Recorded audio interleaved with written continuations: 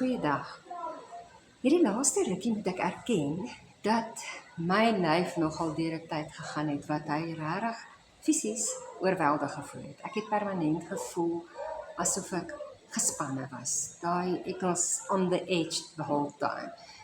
Heeltyd besig om net te veel goed te probeer doen, fisies moeg en net nie lekker nie. Weet jy, en met al die ander dinge wat ek probeer het ook, het ek gekyk weer en besef dat my asemhaling nogal 'n ding is wat ek nie goed doen nie.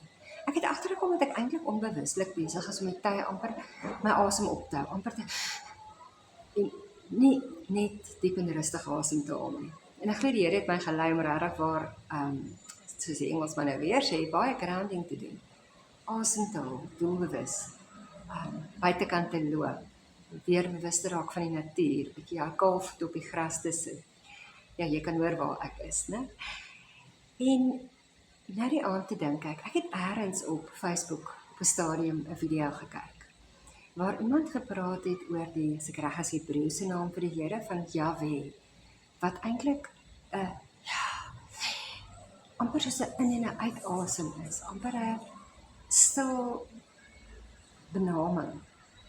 En dit het my net laat dink dat, miskien is dit vir my persoonlik iets gekoppel aan my asemhaling. Miskien is dit tyd dat ek net meer stil word, vir 'n oomblik, kyk om my en sê, die Here inasem,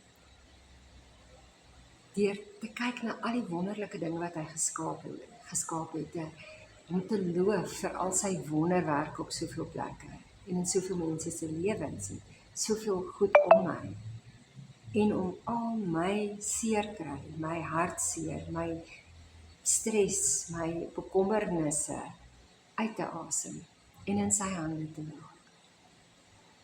Vat saam met my 'n diep asem in, en 'n diep asem uit, en plaas alles in die Here se hande. Mooi bly.